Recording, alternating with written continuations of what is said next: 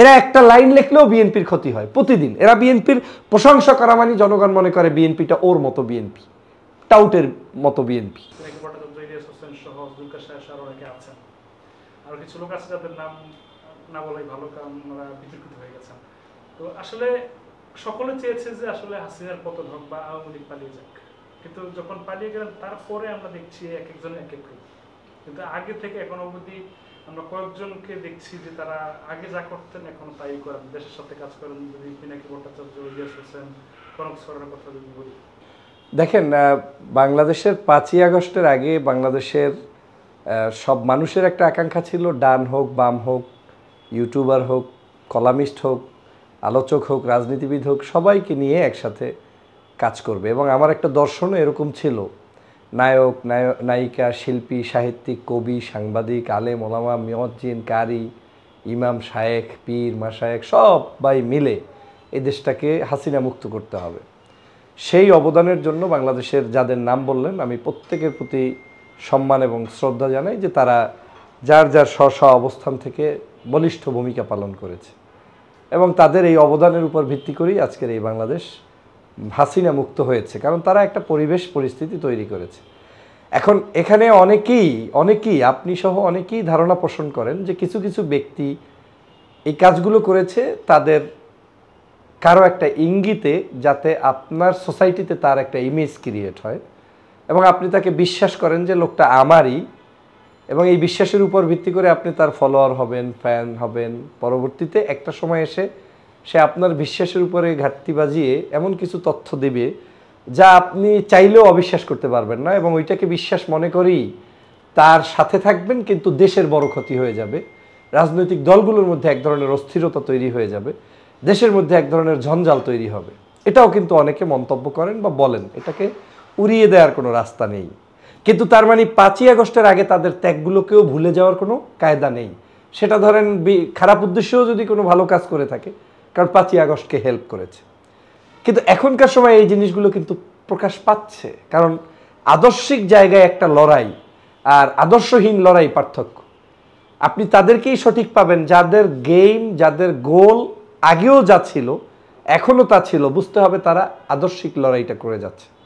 কিন্তু আমার গোল দিয়ে আমি কোনো মেসেজ ক্লিয়ার করতে পারছি না যে হু উইল বি নেক্সট, কাকে আমি চাই, কিভাবে চাই, দেশকে কোথায় চাই, তাহলে তো হবে না।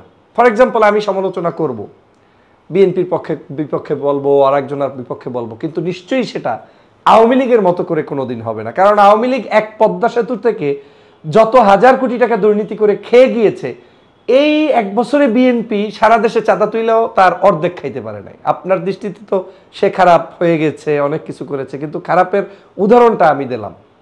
অতএব এই মন্দের ভালো বিএনপি নিয়েই আপনাকে পথ চলতে হবে, মন্দের ভালো অন্য রাজনৈতিক দল নিয়েই আপনাকে পথ চলতে হবে। আমি এটাই মেসেজটা বুঝাতে চাচ্ছি এরকম যে আমার দেশে কেউ পারফেক্ট না, সবাইকে নিয়ে পথ চলার জন্য আপনাকে সহনশীল একটা গোল, একটা নির্দিষ্ট লক্ষ্যবস্তুতে নিয়ে যেতে হবে। এখন সবাইকেই আমি যদি জামাতকেও পচাই, বিএনপিকেও পচাই, আপনার ইসলামী আন্দোলনকেও পচাই, সবাইকে পচাই দিলাম, তো who will be next? Next means Awami League. আবার আওয়ামী লীগে আমি বসিয়ে দেবো, এইটাও এক ধরনের মানুষ কিন্তু চায়। সেটা থেকে তাদের পরিত্রাণ পেতে হবে। এখন এখানে কেউ এজেন্ট হিসেবে কাজ করছে, যেটা অনেকে মিন করছে। কার এজেন্ট আল্লাহ জানে। কেউ বলে রয়ের এজেন্ট, কেউ বলে দেশের এজেন্ট, কেউ বলে বাহিরের এজেন্ট। আর কিছু আছে, আপনাকে একেবারে এখন হলফ করে বলতে পারি, যাদের মূল কাজ হচ্ছে ক্ষমতায় যায় আসবে, তার প্রশংসা করে তার পাশে থাকা, তার থেকে স্বার্থ উদ্ধার করা। যেই মানুষগুলো আপনি নিশ্চিত থাকেন এই মুহূর্তে বিএনপির পক্ষে অতিরঞ্জিত লিখছে, অতিরঞ্জিত বলছে, কয়েকদিন পরে আওয়ামী লীগ আসলে তারা তাদের জায়গায় বা আর একটা দল যারা এই বিএনপি বিরোধী যে কোনো বামতান্ত্রিক কিছু চলে আসলেই তার পক্ষে গিয়ে লেখালেখি শুরু করবে, তার কাছে যাবে। অনেককে দেখছি, এখন আমার বিরুদ্ধেও অনেকে লিখছেন, এর মধ্যে অনেকেরই দেখছি আওয়ামী লীগের জন্য কান্নাকাটি করছে। হঠাৎ করে এখন ইভেন তারেক রহমানের সমালোচনা করেছে, বিএনপির সমালোচনা করেছে, দেধারছে। এখন সে যোদ্ধা হয়ে গিয়েছে বিএনপির পক্ষের বিশাল কলামিস্ট, অথচ আদর্শে সে কখনোই বিএনপির পক্ষে না। এরা একটা লাইন লিখলেও বিএনপির ক্ষতি হয় প্রতিদিন। এরা বিএনপির প্রশংসা করা মানে জনগণ মনে করে বিএনপিটা ওর মতো বিএনপি, টাউটের মতো বিএনপি, কিন্তু বিএনপি তো আসলে সেরকম না। তারেক রহমান খালেদা জিয়ার বিএনপি তো ওইরকম হওয়ার কথা না। তো এই টাউটগুলোকে বিএনপির আশেপাশে ভিড়ানোটাও আমি মনে করি এক ধরনের ক্ষতিকর।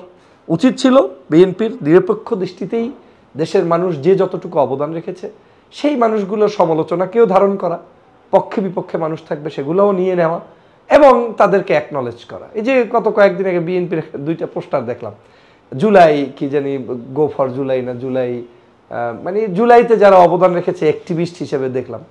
আমার ছবি আমি কোথাও খুঁজে পাইনি, আমার কোনো দুঃখও নাই। রাইট, মিডিয়া সেলে দুঃখ নাই এজন্য যে বিএনপির যে যত বেশি ক্ষতি করতে পেরেছে তাদের ছবি ওখানে আছে। এবং বিএনপির ক্ষতি করার লোকের মধ্যে এমনও লোক দেখেছি যারা এখনো বিএনপির ক্ষতি করে, তাদেরকে কেউ ফল, আপেল, কমলা নিয়েও হসপিটালে দেখা করে আসে, আবার বলে আসে যে তারেক রহমানের পক্ষ থেকে এসেছি। আর ডক্টর ফয়জুল গত 16 বছর বিএনপির জন্য লড়াই করেছে, সংগ্রাম করেছে। ফয়জুল হকের নাম ওই পোস্টারে নেই, কারণ ইসলামী মূল্যবোধের ফয়জুল, এইটাই মূল সমস্যা। ওখানে সব বাম ঢুকিয়ে দেবেন, সবাই যে খারাপ সেটা বলছি না। ওখানে এই 10টা ছবি থাকলে বা 20টা ছবি থাকলে নিশ্চয়ই 5-6জন দেশপ্রেমিক মানুষ থাকাটাই স্বাভাবিক, কিন্তু ম্যাক্সিমামের ব্যাকগ্রাউন্ড দেখবেন বাম, তাদের ছবি দিয়ে পোস্টার কিন্তু নাই। আর একটা ছবি দিয়েছে কি, ধরেন কেউ অবদান রাখুক কিংবা না রাখুক, তাদের নামটা ওইখানে ঢুকাই দিয়ে একটু বিতর্ক সৃষ্টি করা, একটু কৌশলে, যে আমরা জনসম্মুখে জাতির বিশাল বিবেক দিয়ে দিলাম। কি দিলাম? আমি আজহারির ছবি দিলাম, আমি শায়েখ আহমদুল্লাহর ছবি। তারা কি দিতে বলছে? তারা জুলাই বিপ্লবের জন্য কোনো আপনাকে মানে মারপিট করার, আন্দোলনের কোনো জায়গায় কোনো ধরনের কোনো কিছুতে আপনাকে মানে ওইখানে আপনাকে ওইভাবে কিছু করতে বলেছে? বা গত 16 বছর রাজনৈতিকভাবে তারা কোনো বিতর্কিত আলোচনায় গিয়েছে? যায়নি। তারা একদম ক্লিন পিপল, রাজনীতি দেশের জন্য তারা সম্পদ। তাদেরকেও ঢুকিয়ে দিয়ে বুঝাতে চাচ্ছে যে something we are doing better, কিন্তু এটাতে আমি বুঝি না তা না, অথচ তাদেরই লোক হওয়ার পরে আমি নাই। অর্থ হচ্ছে এগুলো এক ধরনের পচা রাজনীতির উদ্ভব।